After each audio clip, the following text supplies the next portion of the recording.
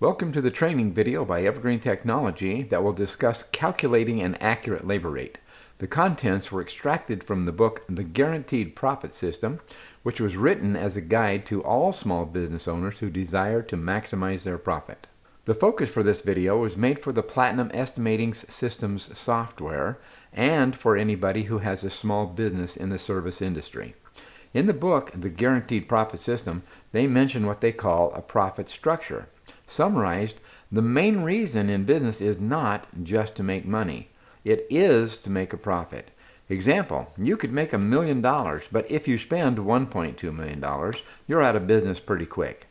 The profit structure defines profit as charging your customers enough money to pay for all of your business expenses, salary or personal income, and have money left over for business growth or retirement.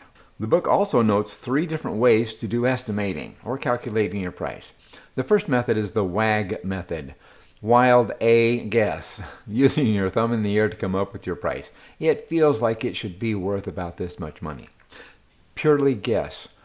The second type is the Swag Method.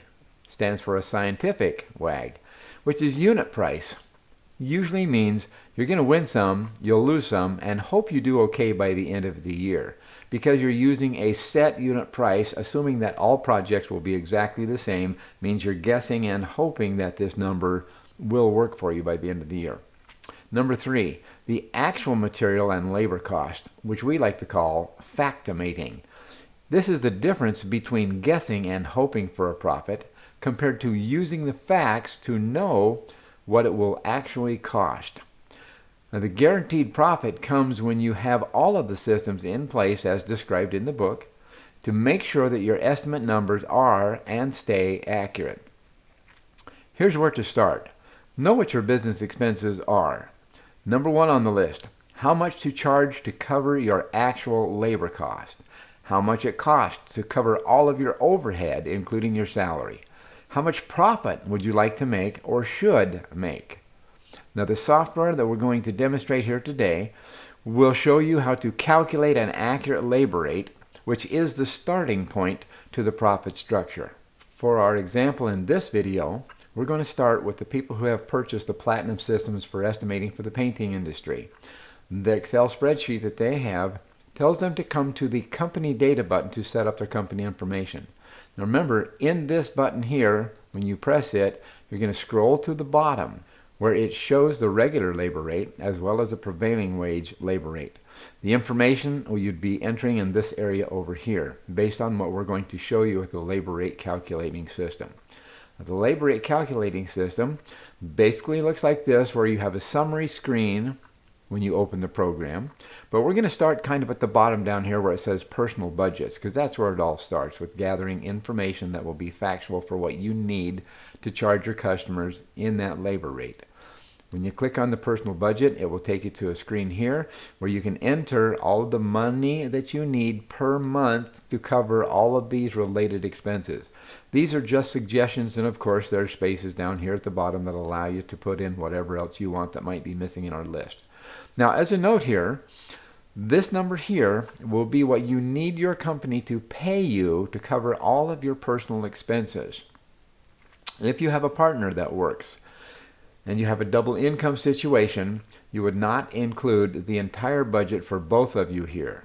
You only want to include what you, the owners, are responsible to pay toward your mutual expenses. In the event that you are the sole income provider for the house, then of course you would be then putting in the total monthly budget amount for each one of these line items. Once that's done, it will calculate how much your company needs to pay you. Now here's where it gets kind of interesting. Notice the salary that it shows over here in column I. It says you have $72,780 a year salary. Now stop and think for a minute. If you're the business owner working 215 hours a month, you're paying yourself $28 an hour. Does that sound right for a business owner? I wouldn't think so. I would think that the business owner should make more than the highest paid employee in your company. So I would suggest that you can put in an alternate item down here that just says something like extra owner income, and then put in an extra amount that says, give myself an extra $2,000 a month for that. Now I'm at $96,000 a year salary and paying yourself $37 an hour. A little helpful tool that will help you value yourself as far as an hourly wage employee compared to those that you have in your company that are hourly wage employees. With that, now I'm just go ahead and take that out just for example purposes in case you don't want to do that. We'll leave it at $72,000 a year. Once my personal budget is done, now it's time for me to put in my employees. Here's where you can put in the name of your employees. Now, we have enough here for 50 employees here. If you need more, just let us know. We can customize this to give you more. Now notice the wages entered. When you have that employee name entered here, you would put in their hourly wage. I only have 5 hourly wages entered here for our example today, and it stops. If the field is blank, then it will not pick up these employees as counted employees. You'll see I have 5 employees. That count is shown here in column G5.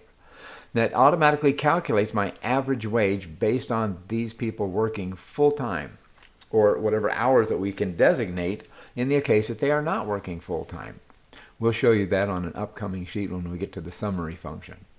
Once we have our employees entered, then the next step is to come to the budget process.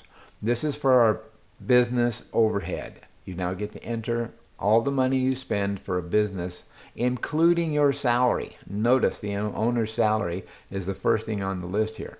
That will come from your personal budget if you have done that. If you choose not to do that and just say, I want to give myself $6,000 a month, you can type in whatever number you want there.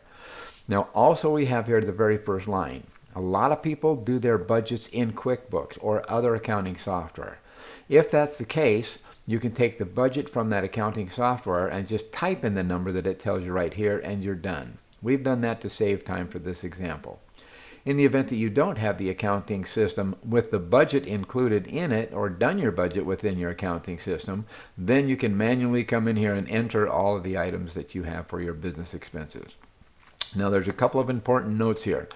Many business owners miss this thing called depreciation. They think depreciation is just a tax item and has nothing to do with a monthly budget, because nobody's really standing there with their hand out saying you need to pay this bill. But remember, depreciation is a cost that your company has that is needed to replace your equipment when it wears out. Rather than saying, wait, my equipment is now broken, it needs to be replaced, I'm just going to use net profit to pay for that. Remember, net profit is supposed to be used for your business growth or your personal retirement. It is not used to replace equipment. In that case, we would suggest that you figure out what your depreciation is and put it in your budget as an actual expense. When you do that, it actually puts money in your budget that is actually nobody standing there with their hand out asking for it, but it goes into what we call a reserve account. The reserve account is where you're saving money for things that you will purchase in the future. A good example of that is also down below. We have equipment column over here. Items you plan to purchase. You may have a piece of equipment that you would like to purchase but don't have it yet, but you will. Well, let's go ahead and start saving up for that and not use net profit to pay for that item as well. Those are just a couple of hot tips that you may want to consider when you're doing your own personal business budget. Those are things you want to consider when you're doing your own business budget. With those things in mind, let's go ahead and now shift to the summary button up here, which will show you the results of your personal budget and your business budget and how that affects your labor rate. When we click on summary, it takes me to the summary page.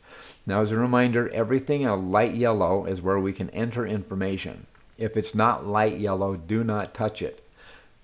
Bright yellow indicates things that are just for our eyes' attention.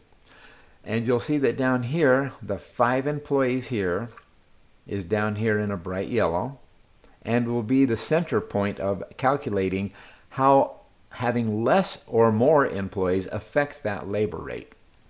The summary is up here on column K, and it will give you the breakdown. If you have 5 employees working, now wait, look at this number here, E10, you put in how many average hours your employees work per week.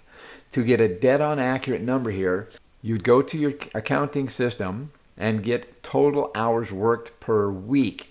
Total hours worked per week for all employees, and divide it by the number of employees that you have.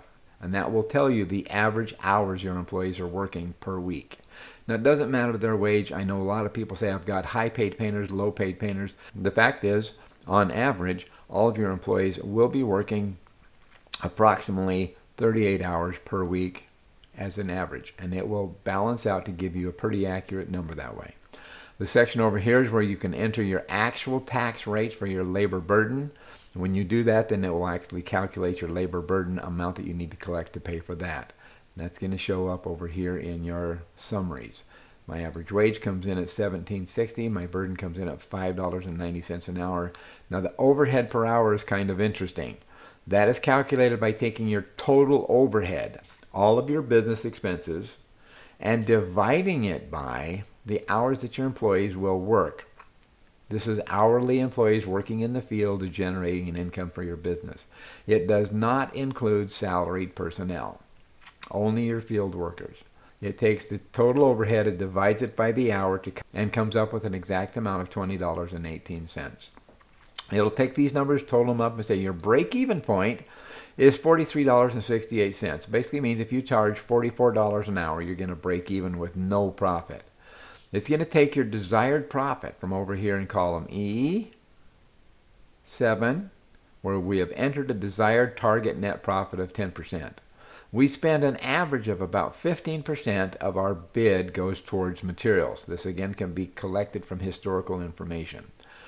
Hours per week is what you have already entered, and based on this information, it will take and calculate your net profit into your labor rate, showing you $48.54. Of course, we always like to round up to the nearest dollar.